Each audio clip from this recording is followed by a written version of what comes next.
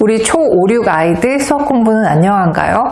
초등수학에서 가장 어렵고 또 중요한 이 타이밍에 수학 공부하는 것을 점점 더 싫어하는 증상을 보인다거나 문제집 정답률이 급격히 떨어진다거나 학원에서 보는 테스트 점수가 하락하는 현상을 보인다면 한마디로 수학이 삐끗한다면 여기서 그 원인을 찾으셔야 합니다. 안녕하세요, 주단쌤입니다. 어떤 문제든 원인을 제대로 알아야 그에 맞는 해결책을 찾을 수 있습니다. 오늘 알려드리는 4가지 체크포인트를 하나씩 확인해 보시고 정확한 문제의 원인 그리고 해결책까지 확인하세요. 첫 번째, 연상 능력을 체크해 보세요. 초등 5학년인데 연산 능력에 문제 있는 아이 거의 없지 않겠냐고요? 아니요. 이 문제는 사실상 고1까지 갑니다. 잘 들어보세요. 학년이 올라가면 점점 수의 범위와 대수 영역이 확장되면서 그에 따라 연산 단계가 추가되고 또 복잡해집니다. 초등 중학년까지는 원리를 자세히 알아야만 풀 수 있는 복잡한 계산이 거의 없기 때문에 진짜 연산 단계를 제대로 밟아오지 않았어도 큰 문제가 없었을 수도 있어요. 여러분의 유일한 고민이 실수가 잦다 정도였을 겁니다. 지금까지는 숙달, 정확도, 속도 훈련만 해도 큰 문제가 없었습니다. 하지만 이렇게 고등까지 그대로 학습하면 결국에는 연산이 문제풀이 마무리 단계에서 아이의 발목을 잡게 됩니다. 초5부터는 연산 원리에 대한 5개념이 문제가 되기 때문이에요. 즉 연산 학습 단계, 원리 이해, 숙달, 정확도, 속도 중 무엇 하나 생략하면 안 되는 시기가 온 거죠. 그러니 지금 이 타이밍에서 아이의 연산 능력에 문제가 없는지를 한번 체크해 보세요. 방법은 간단합니다. 왜 이렇게 푸는지를 한번 설명해 보라고 하는 겁니다. 정답을 찾는 것이 아니라 아이만의 논리가 있는지를 파악하시면 돼요. 만약 그냥 그렇게 하는 거야 라고 얘기한다면 앞으로는 꼭 어떤 학년이든 연산 단원을 처음 배울 때 반드시 원리부터 공부하게 하시기 바랍니다. 이런 점검 없이 쭉 가면 뭐가 문제인지도 모르고 연산에게 뒤통수를 맞을 것이 불보듯 뻔하니까요. 두 번째, 문제 분석을 하는지 확인하세요.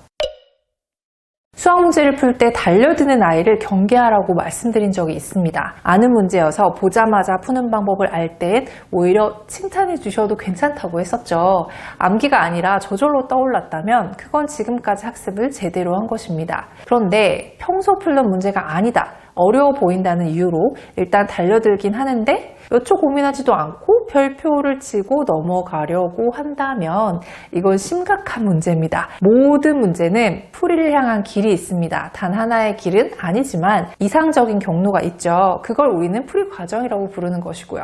조금이라도 어려운 문제를 만났을 때 이 문제는 어떻게 풀어야 할지 고민해보는 습관이 필요합니다. 만약 아이가 별표를 치고 넘어가는 문제가 많다면 이제부터는 못 풀어도 되니까 그 문제 위에다가 이 문제를 어떻게 풀어보면 좋을지 간단하게 한두 줄을 써보게 하세요. 생각을 하게 되면 정답은 못 찾더라도 실마리를 발견할 수 있습니다. 설령 실마리도 발견하지 못한다고 해도 해설지를 보게 될 때 왜 못 풀었던 것인지, 내 생각이 왜 거기에 미치지 못했는지를 이미 써놓은 내 기록을 보면서 파악할 수 있게 돼요. 그럼 동시에 앞으로 이런 문제는 이렇게 해보겠다라는 생각도 저절로 하게 되죠.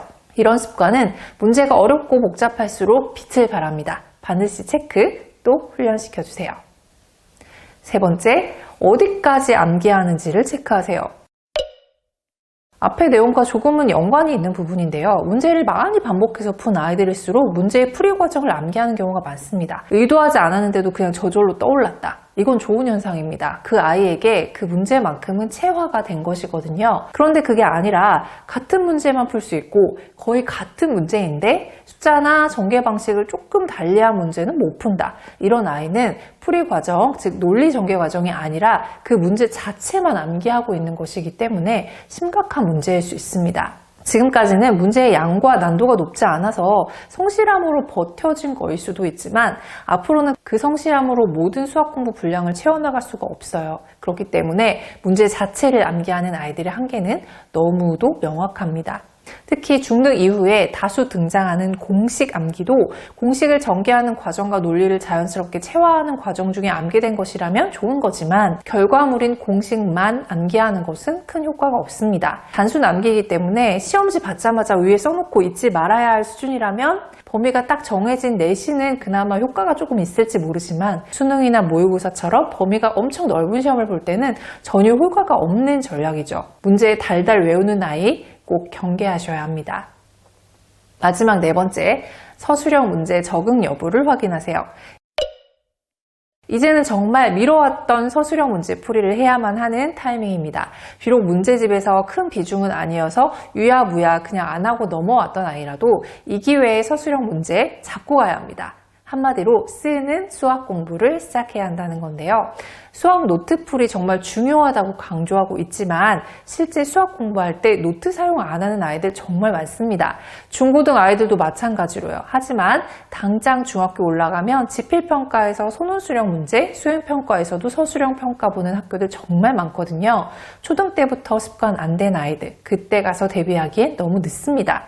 수학 공부만 할 건가요? 서술형 풀이 연습 따로 시간 내서 할 수 있을 것 같으세요? 그럴 여유 없습니다. 시간이 상대적으로 여유로운 지금 하셔야 돼요. 저도 안 되는 아이를 무조건 훈련시키라는 말씀을 드리고 싶지는 않습니다. 하지만 최소한의 연습은 해야 된다는 거죠. 일단 아이들이 풀고 있는 각 문제집에서 서술형 문제들만이라도 꼭 노트에 풀게 하세요.